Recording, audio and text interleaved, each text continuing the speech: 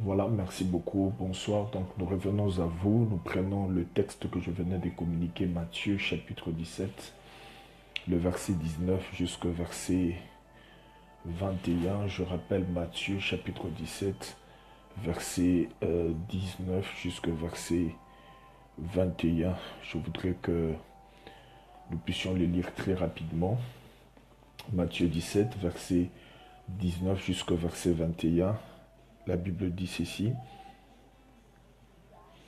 Alors les disciples Alors les disciples prirent Jésus à part et les questionnèrent. Pourquoi n'avons-nous pas réussi, nous, à chasser ce démon?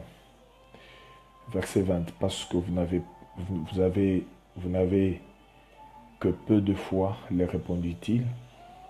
Vraiment, je vous l'assure, si vous aviez de la foi, même si elle n'était pas plus grosse qu'une graine de moutarde, vous pourriez commander à cette montagne, déplace-toi d'ici jusque là-bas et elle le ferait. Rien ne vous serait impossible. Dieu vous bénisse donc. Je pense que vous avez sûrement aussi eu le temps de méditer sur ce texte. C'est juste 3 versets que je vous ai donc communiqués et j'estime que chacun de vous a pu lire déjà le thème d'air que nous avons bien sûr écrit.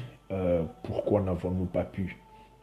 Je pense que c'est une question qui revient tout le temps lorsqu'on est devant un échec, et c'est même pas par hasard que les disciples se sont posé cette question.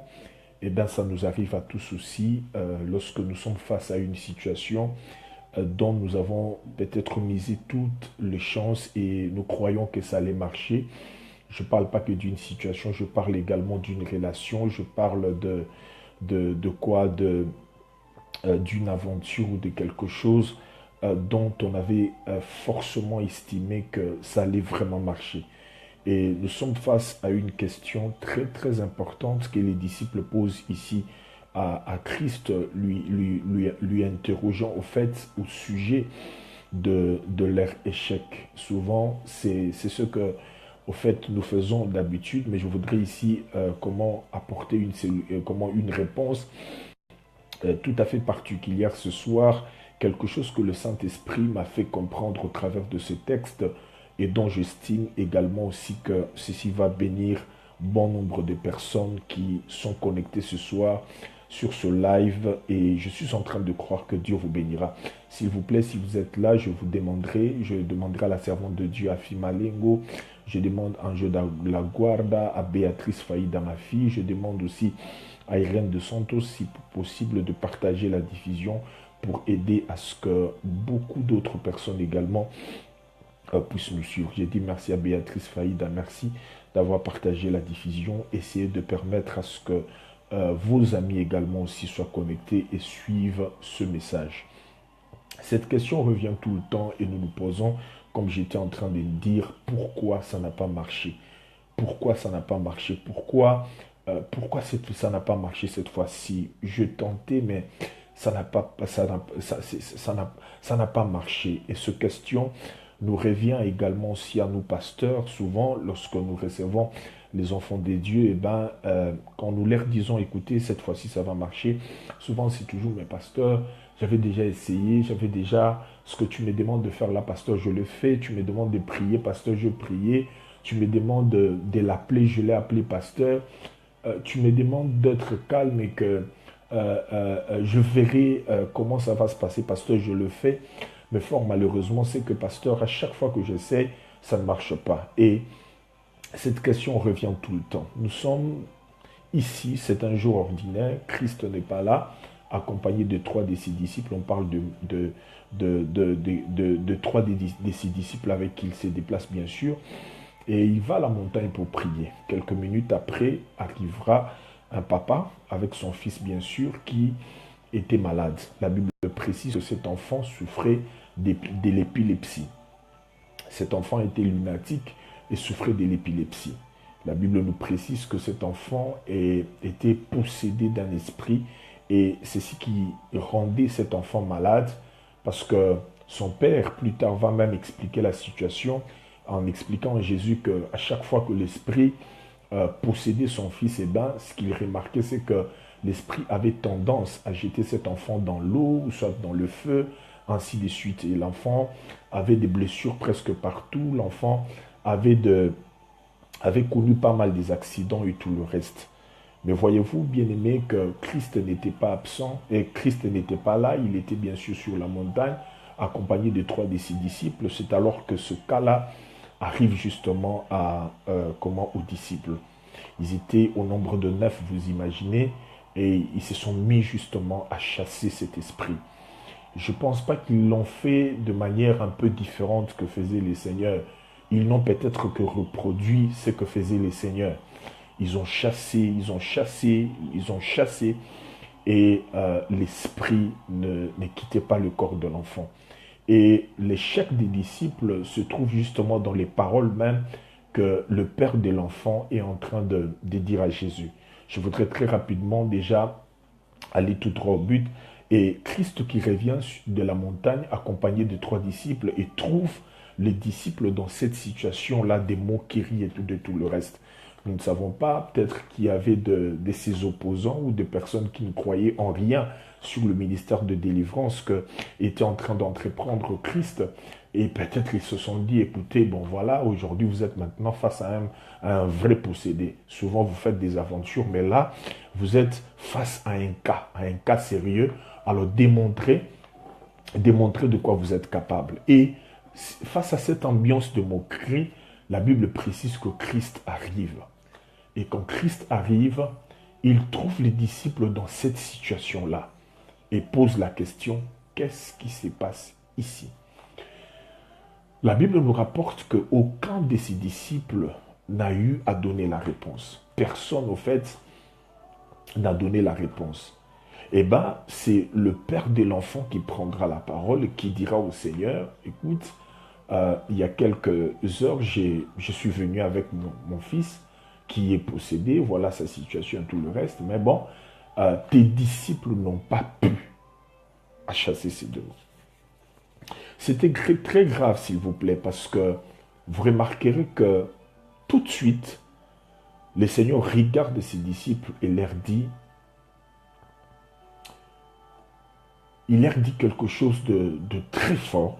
J'hésite déjà pour prononcer cela, mais je vais quand même prononcer ça, parce que c'est dans la Bible. Il dit, homme pervers. Vous imaginez ça, bien-aimé, dans cette situation-là. Il s'agit justement d'avoir échoué devant un cas de délivrance. Ce n'est pas si grave que ça. Ils n'ont fait que chasser un démon et puis ça n'a pas marché. Mais ils ont été surpris de voir comment le maître dramatise une telle situation. C'est-à-dire, le maître estime que c'était quelque chose de fort, quelque chose de grave, quelque chose qui ne devrait pas arriver. Eh bien, ils étaient en train de se questionner, mais qu'est-ce qu'on a fait? Parce qu'ils ont remarqué que quand le Seigneur leur dit homme pervers, et quelques secondes après, bon, il pose au père de l'enfant la question, le père explique comment était la situation. Quand Christ qui chasse les démons, pouf, les démons quittent le corps. Waouh! Il s'est dit, mais qu'est-ce qui se passe? Et pendant qu'ils étaient en train de se questionner tout ça, ils ont encore approché le Seigneur, croyant que le Seigneur allait peut-être dire autre chose. Il les regarde encore. Pour la 2e fois, il leur dit, en pervers, jusqu'à quand je serai avec vous?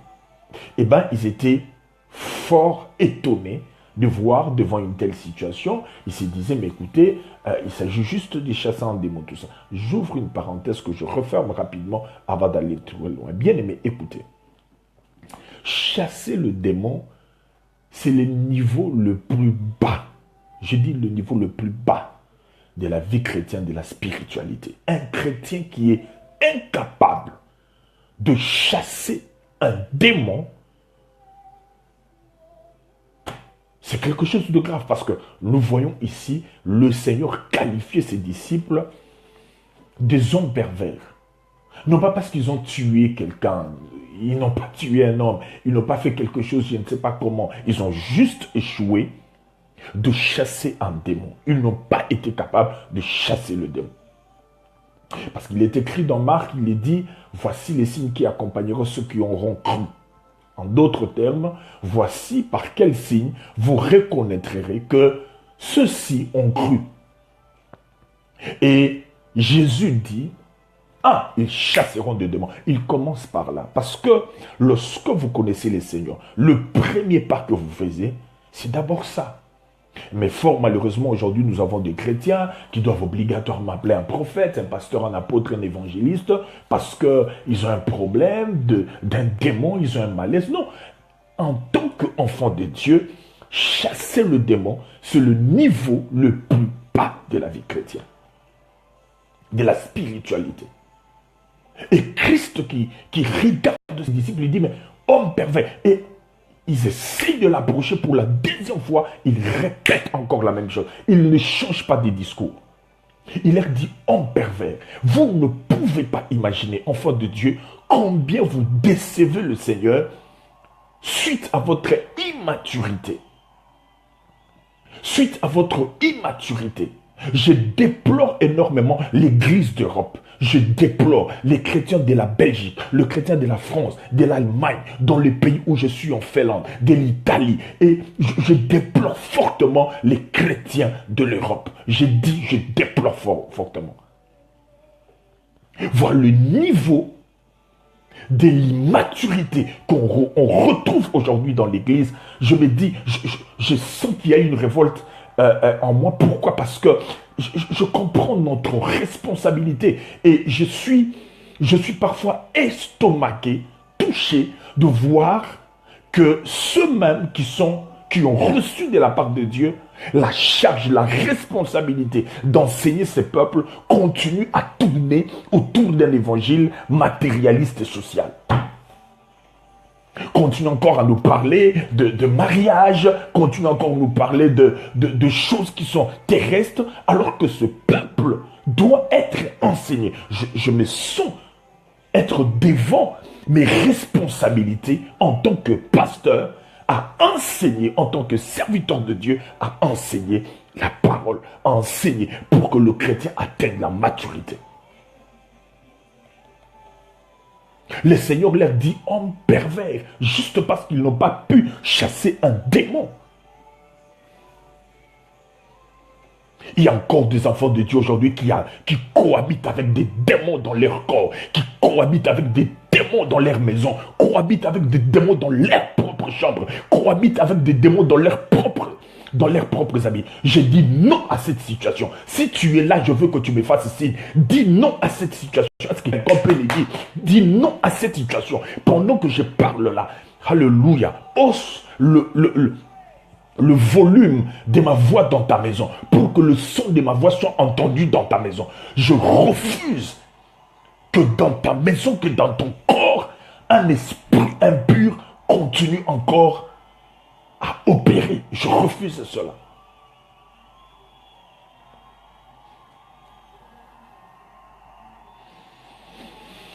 Je referme la parenthèse. Ce n'est pas ça mon message. J'en parlerai un jour. Je reviens dans ce que j'étais en train de dire.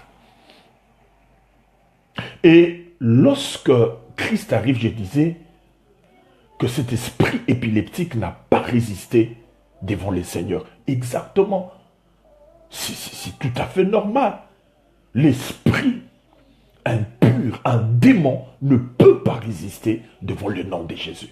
Écoutez ce que la Bible dit. La Bible dit, il a reçu un nom qui est au-dessus de tous les noms. Je suis dans Philippiens, chapitre 1er, le verset 9 jusqu'au verset 11. Il est écrit, il a reçu un nom qui est au-dessus de tous les noms. Et par son nom, Jésus, tout genou fléchit dans le ciel, sous la terre et sous la terre, et toute langue proclame qu'il est Dieu à la droite du Père. Alléluia. Alléluia. Aucun démon ne peut le résister. Aucun esprit ne peut s'opposer à sa puissance, à son autorité, à sa présence. Et parce qu'il est présent, il a dit, je n'habiterai plus dans les maisons construites par le main d'homme. Et parce qu'il est présent dans ton corps, il a dit, ne savez-vous pas que votre corps est mon temple, c'est ma maison, c'est là où j'ai placé. J'ai décidé de m'installer. Voilà, j'ai décidé de m'installer. Et parce que le Seigneur vit dans ton cœur, je suis en train de dire qu'aucun démon ne résiste dans ton corps. Pendant que je parle là, qu'aucun démon ne résiste dans ton corps, dans ta maison, dans ta chambre, dans tes habits et dans tout ce qui t'appartient. Et cela au nom puissant de Jésus-Christ. Est-ce que tu peux appuyer par un amen? Est-ce que tu peux appuyer par un amen?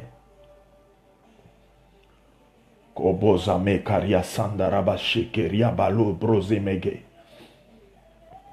Ma brazi kariaka. Et ils viennent interroger les seigneurs.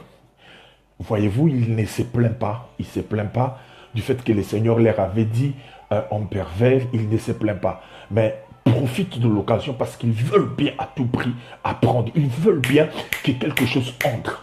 Ils veulent bien apprendre tout de suite. Et qu'est-ce qui s'est fait? La Bible dit, ils interrogèrent le Seigneur. Ils vont interroger le Seigneur au sujet de leur échec. Il ne se concentre pas, non, pourquoi nous a-t-il dit en pervers? Pourquoi? Non, ils se concentrent sur l'enseignement. Ils veulent apprendre. Oh mon Dieu, quelle attitude! Avons-nous des chrétiens comme ça aujourd'hui dans nos églises? De gens qui sont prêts à apprendre de leur échec, qui veulent apprendre, qui veulent que la leçon entre, qui ne se concentrent pas sur des futilités, qui ne se concentrent pas sur je ne sais pas quoi. Il y a des gens aujourd'hui qui vont à l'église, mais qui se concentrent autour des choses qui n'édifient pas, qui n'enseignent pas. Ils sont entre eux dans des conflits, dans des problèmes de dette et de tout le reste. Bien-aimés, vous êtes en train de décevoir de plus en plus les seigneurs. Par votre comportement, vous décevez le Seigneur. Vous êtes dans cette congrégation, vous êtes dans cette église, vous êtes là où vous êtes, c'est pour apprendre. Vous êtes là sur Facebook Live en train de me suivre, non pas pour juger, je ne sais pas, mon français ou peut-être l'habit que je porte. Non, vous n'êtes pas là pour ça. Vous êtes là pour apprendre. D'ailleurs, de toutes les façons, je ne donne même pas un cours de grammaire ici. Je suis en train de parler de la part de Dieu. Ils profitent. Quelle attitude? Ils vont profiter pour apprendre. Ils vont poser des questions à Jésus au sujet de leur échec. Pourquoi ça n'a pas marché? Alors je vais vous expliquer parce que la réponse de Christ se situe ici, mais surtout, la réponse que donne Christ est très importante. Je pense même que c'est sur fait, sur ça que nous allons nous concentrer. Parce que, voyez-vous, bien-aimés, ils croyaient faire tout ce que leur maître faisait. Leur maître chassait, ils ont chassé. Ils ont sûrement fait tout ce que leur maître faisait. Et ils se rappellent très bien que Christ a dit que un disciple accompli sera comme son maître. Et ils le savaient très bien. Ils savaient qu'ils étaient disciples. Ils ont essayé sûrement, avec le stratégie qu'utilisait leur maître. Comment ils chassaient? Ils ont chassé. S'ils utilisaient, je ne sais pas quoi, ils ont essayé. Ça n'a pas marché. Et n'ayant pas réussi, ils ont tout de suite compris qu'il y avait quelque chose qui n'avait pas marché. Tout échec dans la vie d'un enfant de Dieu révèle quelque chose qui n'a pas marché. Est-ce que quelqu'un peut m'écrire ça dans les commentaires? C'est fort ça. Tout échec que vous rencontrez prouve à suffisance dénote qu'il y a eu quelque chose qui n'a pas marché.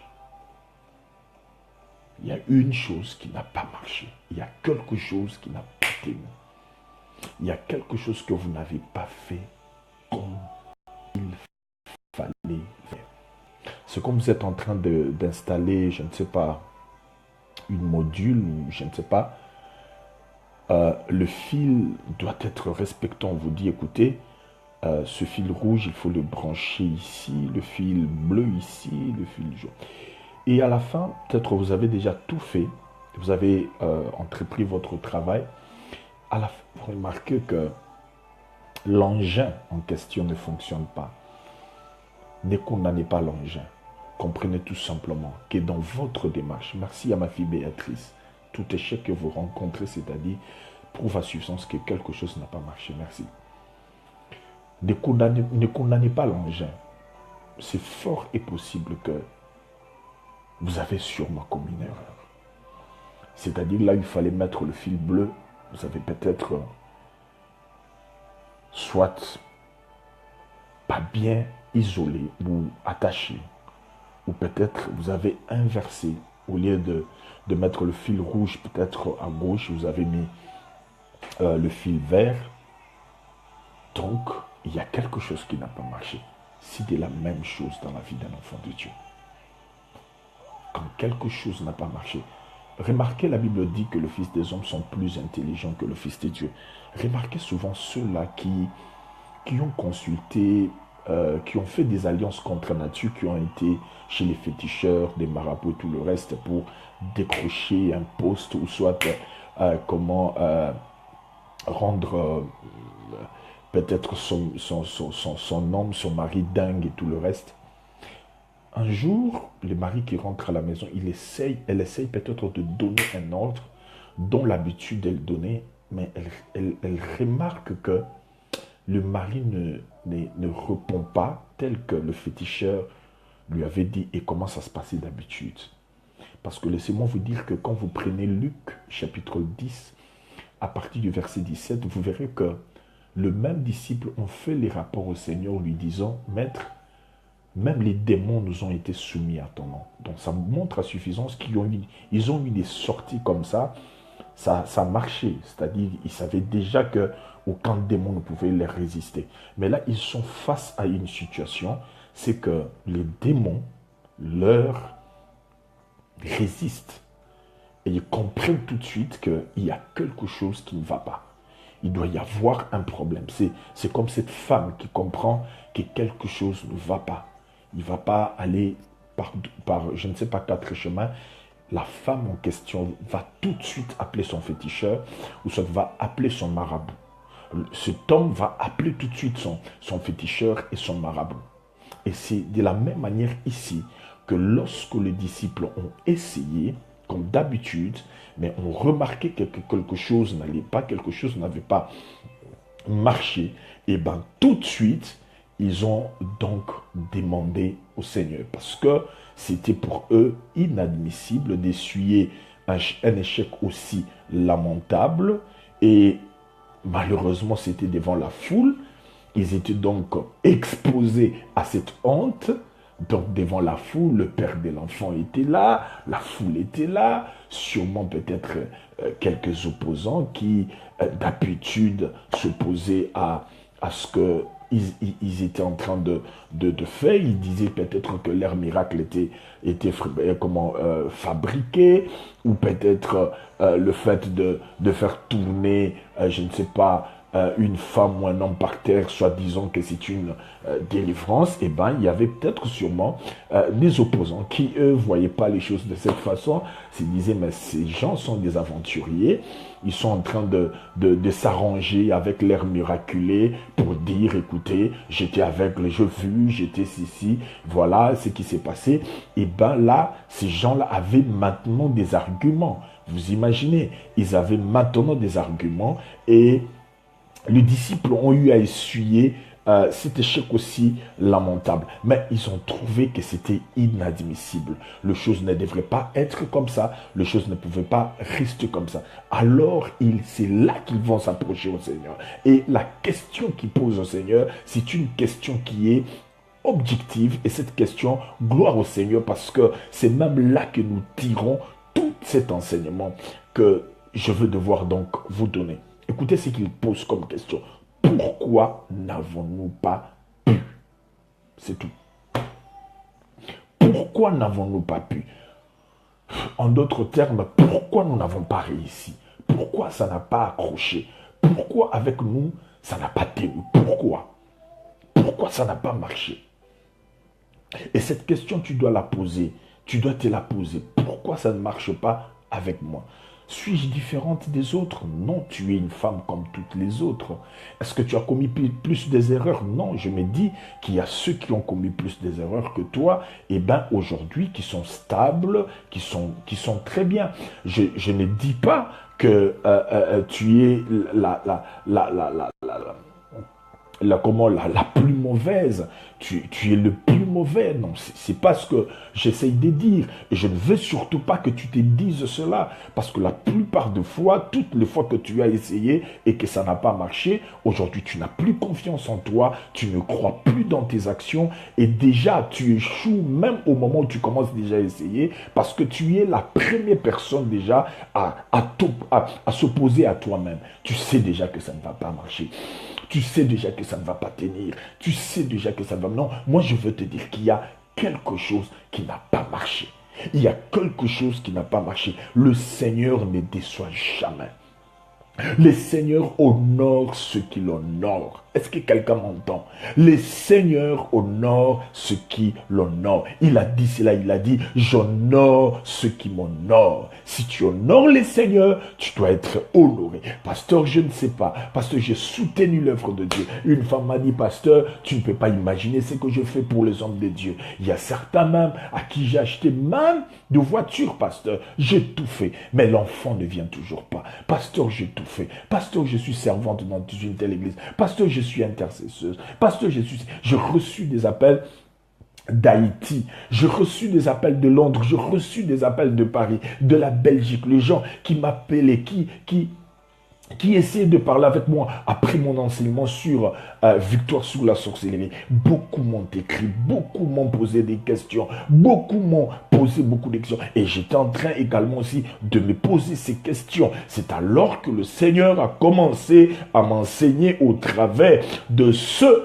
texte, de ce passage. Le Seigneur m'a révélé au fait ce qui fait, ce qui n'a pas marché. Et nous voyons cela dans la réponse du Seigneur Jésus. Il leur dit directement, il ne va pas par 4 chemins. Il dit, c'est à cause de votre incrédulité. Il ne va pas par 4 chemins. Il ne tourne pas autour du pont. Il leur dit tout de suite que c'est à cause de votre incrédulité. Il ne leur dit pas, il faut donner une telle offrande. Il ne leur dit pas, il faut telle pratique, il faut qu'on vous lave, il faut ceci, il faut cela. Je vous informe déjà que tous ceux qui font ce genre de pratiques, laver, ceci, cela, sont des aventuriers. Il ne leur dit pas, il faut qu'on vous applique, je ne sais pas, du sel, il faut qu'on fasse je ne sais pas quoi, il faut que... Non, non, non, non, le Seigneur leur dit, il va tout droit, il leur dit, écoutez, c'est à cause de votre incrédulité. Si ça n'a pas marché, ne cherchez pas ailleurs. Il y a un problème, il y a un problème. Il y a un problème avec votre foi. Il y a un problème avec votre foi. Je voudrais parler à une femme ce soir. Merci. Rabafi Malengo, servante de Dieu. C'est ça le problème, servante de Dieu. Il y a un problème à ce point-là. Il y a un problème. Le Seigneur est en train de remettre en cause leur foi. Il leur dit c'est à cause de votre incrédulité. Ne cherchez pas le problème ailleurs. Ne pensez pas que c'est parce que le père de l'enfant ne vous avait pas expliqué bien la situation. Ne dites pas parce que vous avez voulu peut-être faire, je ne sais pas... du spectacle pour que tous ceux qui étaient là voient comment vous étiez en train de réussir dans votre délivrance. Ne vous dites pas parce que j'étais absent. Non, non, non, non, non. J'étais à la montagne, mais j'étais avec vous. J'étais à la montagne, j'étais avec vous. Je suis en train de dire à une femme, je suis en train de dire à un homme, à quelqu'un qui me suit cette nuit en live sur Facebook. Je voudrais te dire que le Seigneur est avec toi. Ne crois pas qu'il est absent. Il est avec toi. Quelque chose n'a pas marché. Quelque chose n'a pas tenu. Quelque chose n'a pas marché. Ne cherchez pas ailleurs. Ne cherchez pas ailleurs. Il leur dit tout de suite, c'est à cause de votre incrédulité. Vous ne pouvez pas imaginer, bien-aimés, combien votre incrédulité peut vous fermer des portes. Combien votre incrédulité peut créer des échecs. Combien votre incrédulité peut occasionner beaucoup des échecs dans votre vie et ne pas vivre, expérimenter le bonté de Dieu tel que vous l'entendez, ne pas vivre, expérimenter le bonté de Dieu tel que vous l'avez souhaité, vivre dans l'amertume tel que vous êtes en train de vivre maintenant, cette carte favorable qui est entre ce que vous étiez en train d'espérer et ce que vous êtes en train de vivre. Vous réalisez vous-même, vous vous dites, mais qu'est-ce qui ne va pas? Ce n'est pas ce que je prévoyais, ce n'est pas ce que j'avais programmé, ce n'est pas ce que j'avais voulu que ma vie soit, ce n'est pas ce que j'avais pensée. Ce n'est pas ça. Ce n'est pas ce que Dieu m'avait dit dans les secrets. Ce n'est pas ce que Dieu m'avait dit dans des moments de retraite. Ce n'est pas ce que le Seigneur m'avait instruit. Ce n'est pas ça, ce n'est pas ça, ce n'est pas ça, ce n'est pas ça. Oui, le pas ça, le pas ça. Toutes ces questions que tu te poses là, et bien le Seigneur te les dit ce soir. Le problème se pose à ce niveau-là. C'est à cause de ton incrédulité.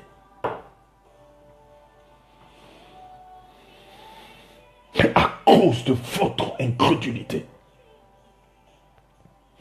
C'est ça la différence que le Seigneur met entre son succès et leur échec. Il ne dit pas autre chose, ne révèle pas autre chose. Il leur dit tout simplement la différence.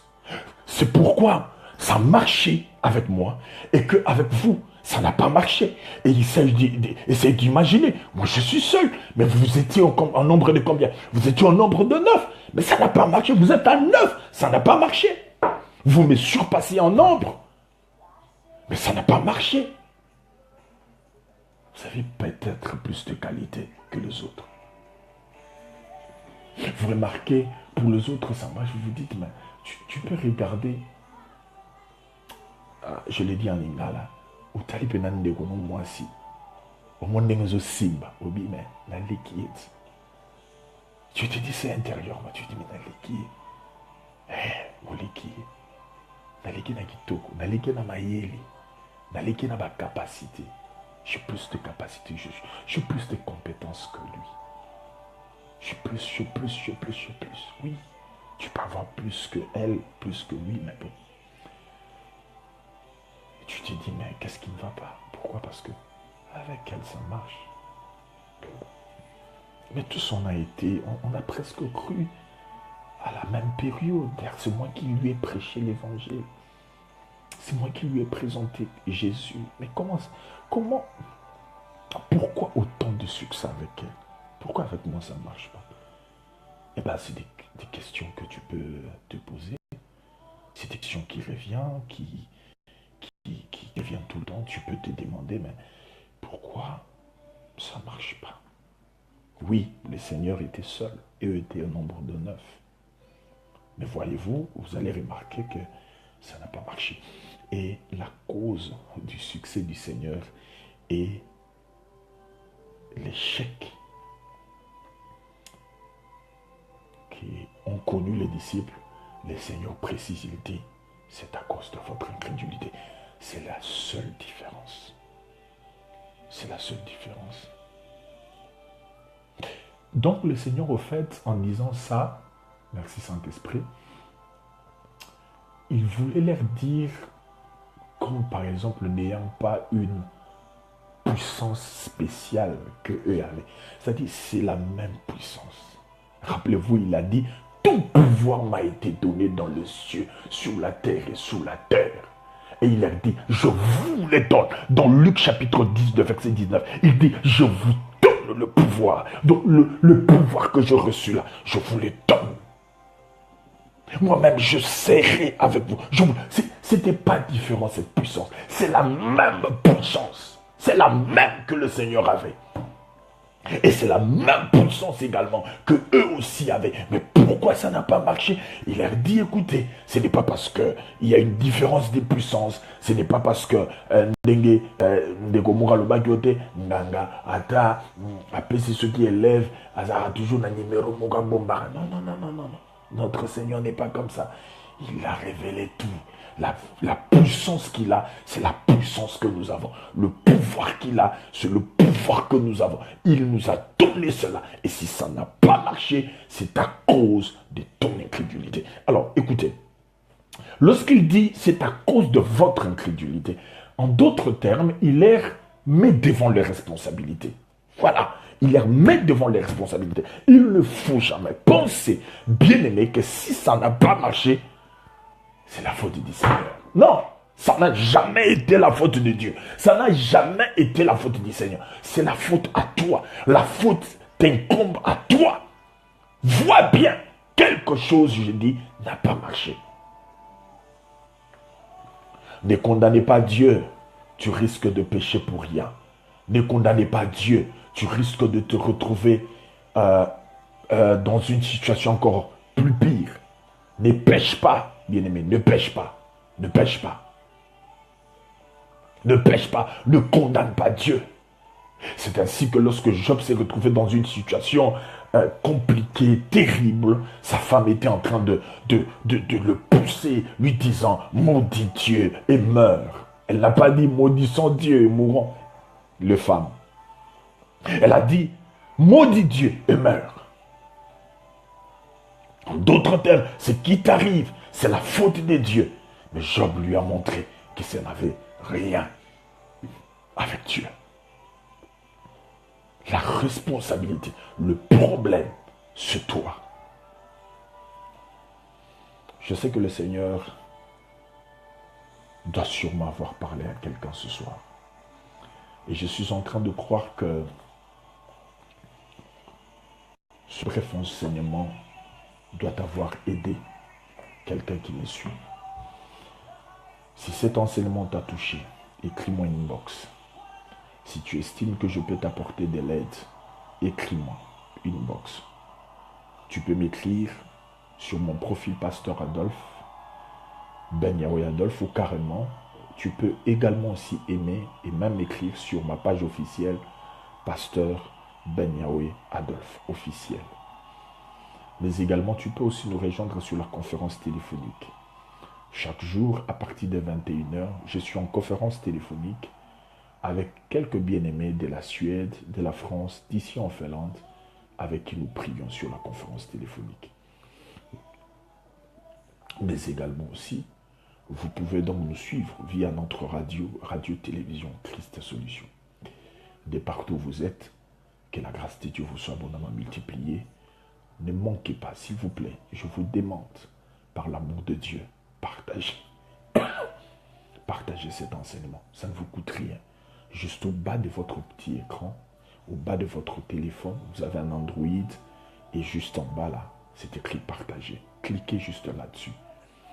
Partagez la diffusion. Si vous pouvez le faire maintenant, ce sera une bonne chose. Partagez la diffusion, aidez plusieurs à suivre cet enseignement. Beaucoup meurent, beaucoup sont dans des situations très compliquées, ont sûrement besoin d'écouter une parole qui vient tout droit du trône de Dieu, une réponse à leur situation. Je vais prier pour vous. Père, au nom de Jésus-Christ, il est écrit, ta parole est comme la pluie, qui tombe et ne revient pas à toi, Seigneur, sans au préalable avoir arrosé et fécondé la terre. Je prie, Seigneur, que tu rencontres de vie, que cette parole arrose la vie de plusieurs qui m'ont suivi. Je ne sais le voir, je ne sais les entendre. Je ne sais savoir là où ils sont, Seigneur, en ce moment en train de suivre cet enseignement. Mais Père, toi qui les as connectés à ce live et qui as bien voulu qu'ils puissent suivre, même par hasard tombant sur cette diffusion, Seigneur, ils ont été édifiés. Oh Dieu, je prie. Toi qui connais leur cœur, qui connais leur situation et qui connais là où ils sont, Seigneur, je te prie s'il te plaît, visite-les. Visite-les, Seigneur. Visite-les et apporte la réponse à leurs questions en décantant leur situation. Je m'attends, moi, ton serviteur, à des témoignages, à des choses étranges que tu vas faire, alors que plusieurs essayeront de revoir leur foi en toi, Seigneur. Béni sois-tu, car tu es Dieu et que nul n'est comme toi. Au nom de Jésus-Christ de Nazareth. Amen. Amen. Merci de partager la diffusion. Merci de permettre à plusieurs de suivre aussi cet enseignement. Écrivez-nous une box. Je vous bénis. Je bénis Armel Boukila. Je bénis Béatrice Faïda. Je bénis Métis Noir. Je bénis Victor Deboa. Je bénis la servante de Dieu Rahaba Fimalengo, je bénis Natacha Métis Noiriyuma. Voilà, je bénis ma fille Béatrice. Que Dieu te bénisse. Soyez tous bénis de partout où vous m'avez suivi. Merci beaucoup. Merci.